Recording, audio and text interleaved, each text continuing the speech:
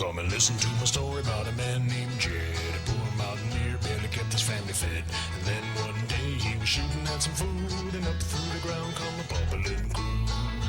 Oil, that is, black gold, Texas tea. Well, the first thing you know, old Jed's a millionaire. Kinfolk said, Jed, move away from there. Said, California is the place you ought to be. So they loaded up the truck and they moved to Beverly Hills, that is, swimming pools, movie stars, the Beverly Hillbillies.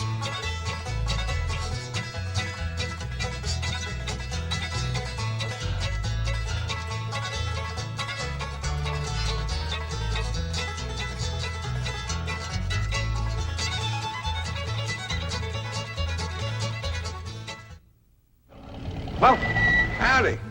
Well, now, ain't that handy? What's that, Pa? Way the road takes a bend in here, runs right by the front door. No, Mr. Clampett, this is your driveway. It goes with the house. Is this thing a high? Oh, yes, indeed. It was built by John Barrymore, one of our finest actors. Pretty fair stonemason, too. Hey, Jed! This here is dandy soil. Fine, Granny. We'll commence plowing tomorrow. But this is Beverly Hills. Dirt is dirt. Yes, I know, but why don't we look around inside, eh?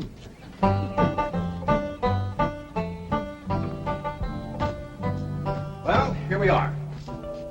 I hope you're going to like this place I picked out for you.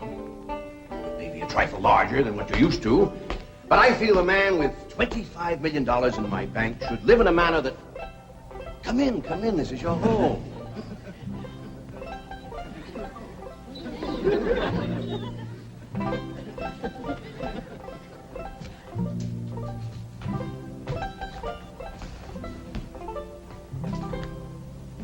As I say, it may be a bit more than you're used to, but I'm sure you'll be comfortable. Now, my secretary will be over right away to help you with the hiring of servants or whatever problems you may have. She's a very efficient girl, Miss Hathaway. Jed? Jed? Jed? You and Jethro fetching my stove so I can get some victuals to cook in? Oh, you have a beautiful stove. Thank you. Fetch it in, Jed. You scare up some wood, Elly. No, I mean you have a stove already installed in the kitchen. Where's that? I'll show you. Excuse us. Ellie, you go with Granny. She'll still need you to fetch some wood. Sure, Pa. Uncle Jed, guess what? There's a whole nother house up here. Jethro, come down from there. Like as not, that belonged to somebody else. Darn. This is your kitchen. Oh, and here's the stove. The last word in food preparation. And speaking of food, you'll find everything you could possibly want stored right in here. See?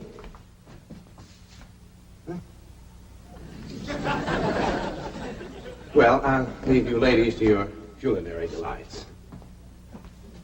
Au revoir. Bon appetit. Talks gibberish. You set a great deal of store in this here stove, Granny. Well, we'll see. Elly, you run out and fetch some wood. I'll get a fire to going in here and we'll see. Jethro, I hope it's all right for you to be missing school. Oh, sure, Uncle Jed. They ain't straight in the 5th grade. You're in the 5th grade already? Starting this year. Don't seem like no time at all since you went with your ma to get you started in the 1st grade. You was 6 years old. No bigger than that. We drove clean over to Oxford so you could go to the same school your pa went to. You wouldn't know that town today, Uncle Jed. Oxford? Yes, sir. Well, that town has growed and spread out and built up and just kept getting bigger and bigger. Where today, why, I bet you there must be at least 3 or 4 dozen people living there. A place like that's all right to visit, but I wouldn't want to live there. Do you have any assistance? No, thank you, Mr. Drysdale. We were just talking about Jethro here getting back to school. Oh, Well, we have some excellent educational facilities out here, Mr. Clampett. Where do you go to school, Jethro? Oxford. Yeah, you see, Jethro's ma, that's my cousin Pearl. She married an Oxford man, so naturally Jethro, he goes to school there, too. I'm the champion crawdad eater. At Oxford? Jethro put away 3 buckets of crawdads. 4. And he's learned to cipher and everything. Cipher some for Mr. Drysdale. 1 and 1's 2. 2 and 2's 4. 4 and 4's 8. I have to take off my shoes to get any further than that. Never mind. I'm sure we're thinking of 2 different Oxfords. You see, there's one that's very, very famous and very old. That's where Jethro goes to school. Been there since pioneer days. That's how come it got its name. It's where the oxen used to ford the river. So folks took to calling it Oxenford, and later on it got shortened to Oxford. Well, I'll be running. Oh, by the way, here are your keys.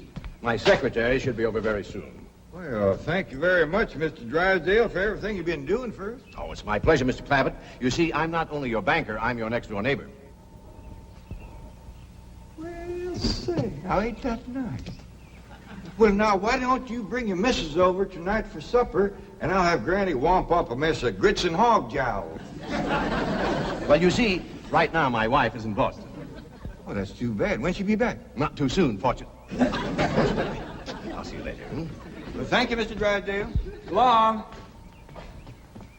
Uncle Jed, you reckon one of these days I can have me a little bitty old taste of Granny's moonshine? Now, Jethro, you know the family rule about Granny's moonshine? You get your first taste on your wedding day and not before. Well, Uncle Jed, that might be an awful long time. I ain't even got me no sweetheart. How come? Why, back home, every time I get me a girl, one of them there big fellas would take her right away from me.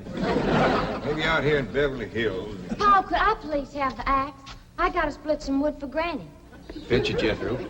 Ain't this place got a wood pile? Not that I can find, but I found a whole row of black old dead tree trunks, pretty near as high as this height. Is it kind of big for you to tackle? Well, shucks, no, Paul. They're only this big around, and all trimmed and topped and strung together with the black rope, so as no matter which one you cut, the others keep it from falling. Somebody had a right smart idea there. Just the same, I think I'd rather have Jethro do the cutting. Oh, Paul, let me. Cutting trees and chopping logs ain't no work for a girl. I'm just as strong as Jethro. You ain't neither. I am so. You ain't neither. I am so, too. You want to wrestle? Darn tootin'. Now, here. That ain't no fair fight. Somebody's gonna get hurt. Now, yeah, you see, you're getting too rough. Jethro. A person can get crippled from a hold like that. Get up from there. I can't, Uncle Jed. You turn him loose and get up from there before I take a strap to the boot. Now, here, you get out there and chop down one of them tree trunks and saw Granny some nice logs. Yes, sir, Uncle Jed. Could have whooped you if you hadn't tripped me. Heavy? Come back here and sit down. I want to talk to you. Whooped him fair and square, and I'll do it again. You won't. That's what I want to talk to you about. Elly May, you're getting too big to wrestle with boys. I ain't as big as Jethro. Big that way, I mean, growed up. You're a young lady now. You gotta start minding your manners and fixing your stuff up real nice and wearing dresses. Paul, folks would call me a sissy. It ain't sissy for girls to act like girls. You see, Elly, I raised you like a boy, and I was wrong to do it. I reckon every man liked to have a son, and you was my only young'un. And when your ma passed away, I just decided to turn you into a boy. By the time Granny come to help out, you was too wild to tame. By thunder, you could outrun, out-climb, out-fight, and out-shoot every boy in them hills. I still can, Paul. Yeah, but it ain't fitting. It ain't right for folks to go against nature. Now look at old Duke here. Reckon we could turn him into a cat? Of course not. That's right. Because nature made him into a dog. It's the same way nature made you into a girl. Here lately, she's getting more and more positive about it. You mean my ears is grown? No, nothing like that. You're pretty. Oh, Pa. I know you don't like it when I say that, but you like it when the young fellas around here commence saying it, and they will. Only they'll probably be using words, fancy words I won't even understand. But Elly May, ain't nobody can ever tell you how pretty you really are except me. You're the living picture of your mom.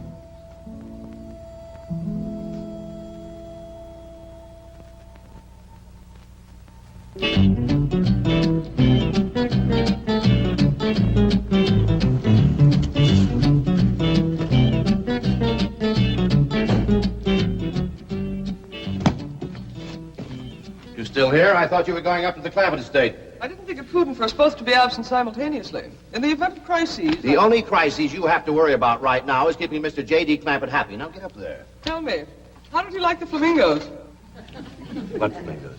I thought pink flamingos around the swimming pool would add a rather elegant touch. Mr. Clampett is not a man educated to elegance. That will take time. Right now, there are more pressing problems. Of course, getting settled, the servant problem. Well, whatever they are, just get up there and solve them.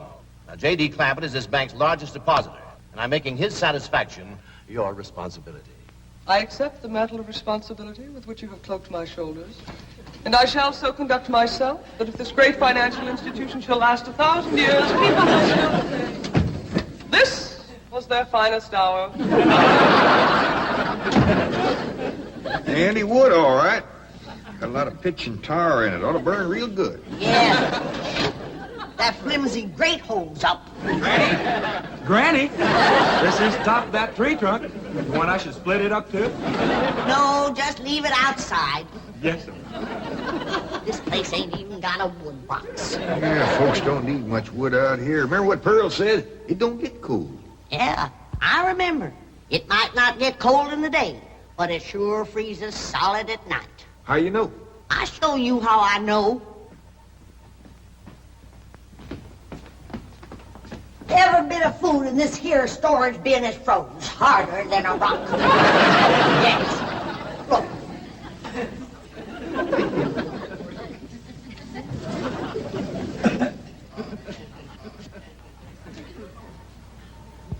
Mighty thin-skinned hog.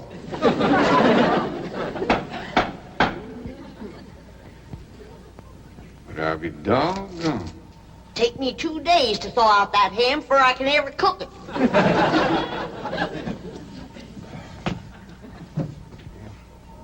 People ought to know better than store food up against the north wall. Why, we'll dig us a root cellar and we put all this stuff in it. Jethro, go on out there and catch us a chicken. Okay, Uncle Jay. How you know we got chickens? Place this size is bound to have chickens. Ain't all frozen.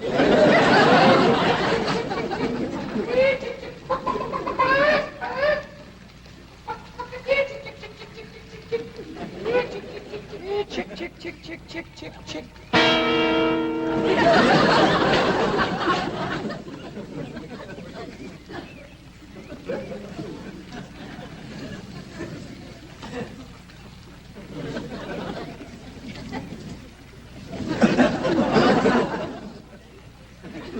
I keep a chicken. Here's that bucket. You want it? You take it, Elly. See if you can find a creek. I gotta have some water. You know a pump on this place? It ain't even got a well.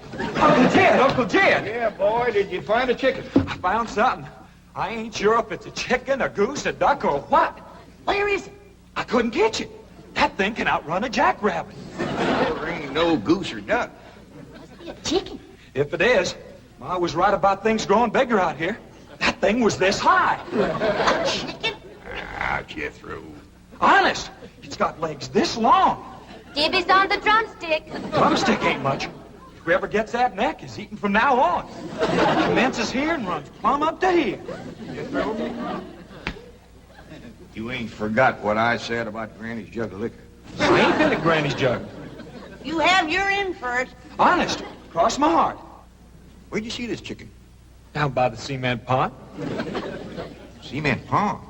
Uncle Jed, that pond is the fanciest thing you ever did see.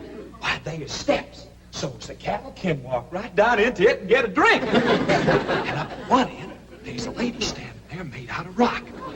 And she's a-pouring water out of a jar right into that cement pond. Oh.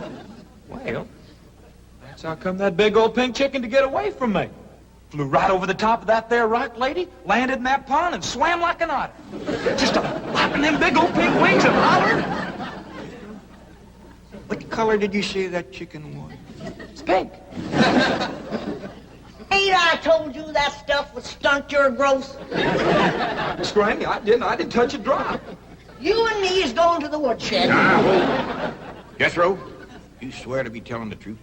So help me, Jefferson Davis. You take your hat off when you speak of the president. Well, he ain't president no more. I'll have no Yankee talk in my kitchen. Jethro, you and me is going back out there and corner that chicken. Granny, you get your fire to going. Elly May, you sweep up out front and keep your eyes open for that Miss Hathaway. I'm counting on her to take you in hand and get you in the right kind of clothes. Come on. Hey, chicken.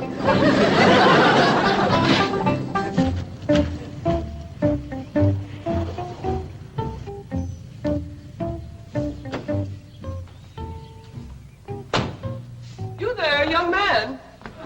I ain't a young man, but I sure do thank you for thinking so. Good heavens, you're a girl. Yeah. I'm Jane Hathaway, executive secretary to Mr. Drysdale. And you, I take it, are a domestic of some sort? Cleaning girl, housemaid?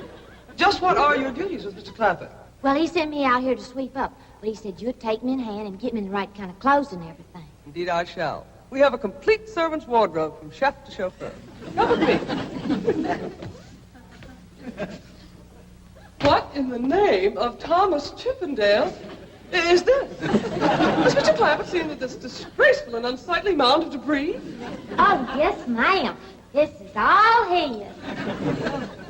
Oh, what charming antiques. Just like you said, Jethro. Rock lady pouring water into a cement pond.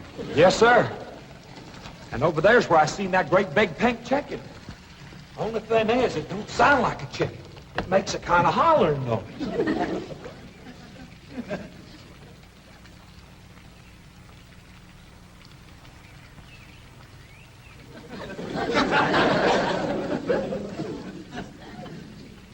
Reckon you'd make a hollering noise, too, if you was to lay egg like that. Man, oh, man. That's what I call an egg. And you won't have to worry about food now. Wait till she cooks this.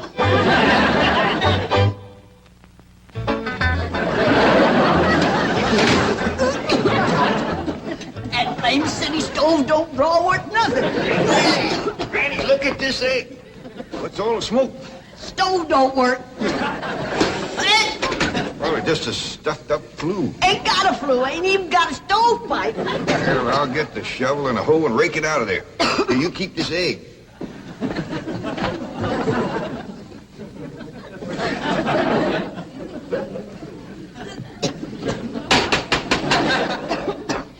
Just like everything else out here.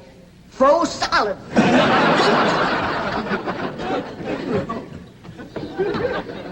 Really, my dear, you look quite charming. Well, I feel like a dead blamed fool. Oh. Just a moment. Get something, I'll be right back. Oh, that was my Pa. I take it he's a gardener. Oh, yes, ma'am. Pa just can't wait to commence gardening. Apparently. However, as though I admire his enthusiasm, I must forbid him access through the main entrance. Now, tell me about the rest of the staff. Is there a chauffeur? A what? Someone who does the driving.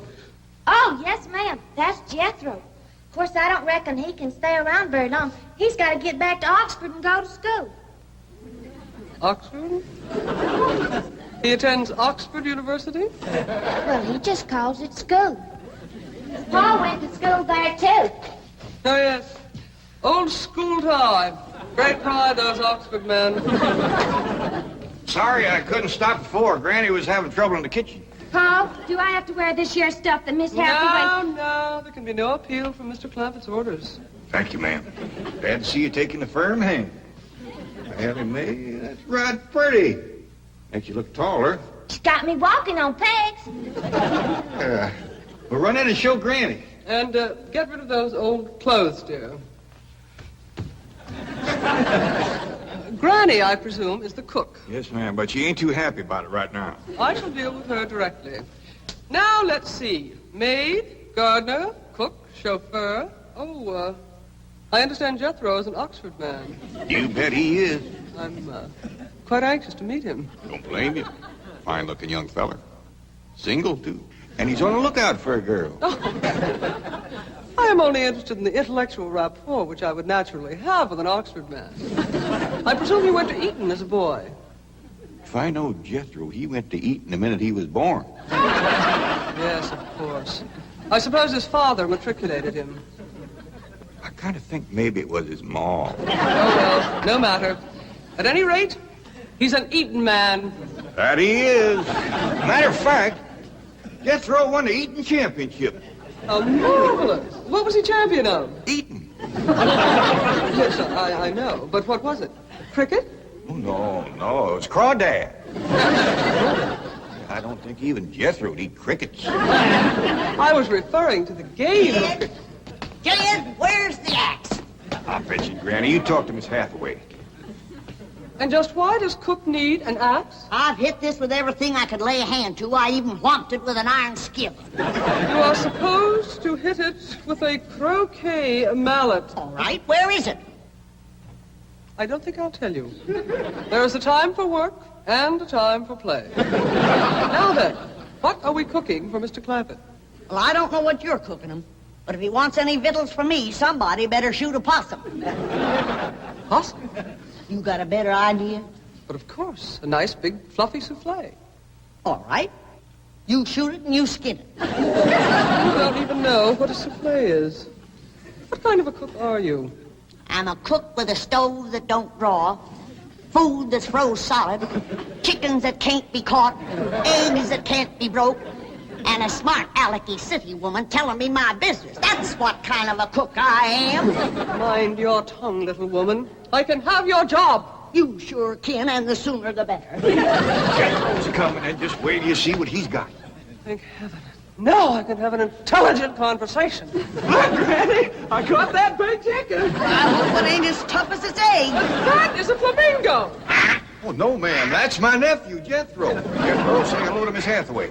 I didn't mind him.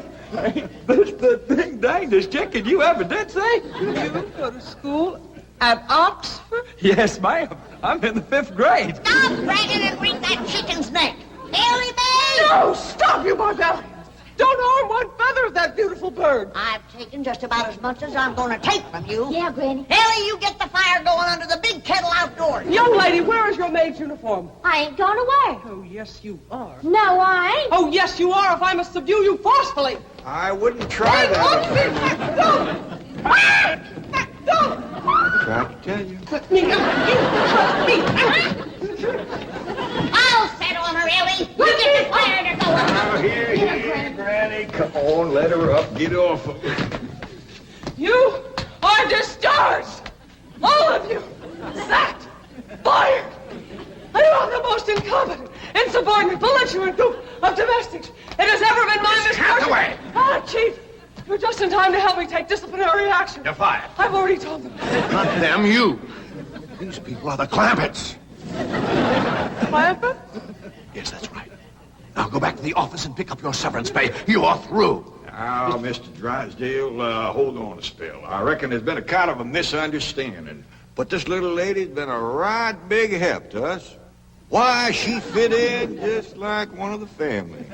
Matter of fact, her and me is going out hunting. Ain't that right, Miss Hathaway? Yes, indeed. Yeah. Jethro, you can take that pink chicken back out to the cement pond. We're going out and shoot us a nice, big, fluffy souffle.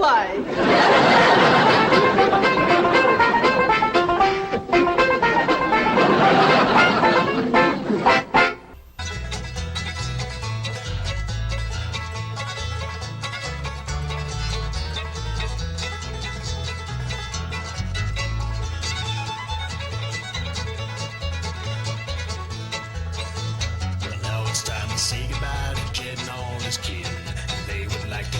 folks for kindly dropping in. You're all invited back next week to this locality to have a heaping helping of their hospitality.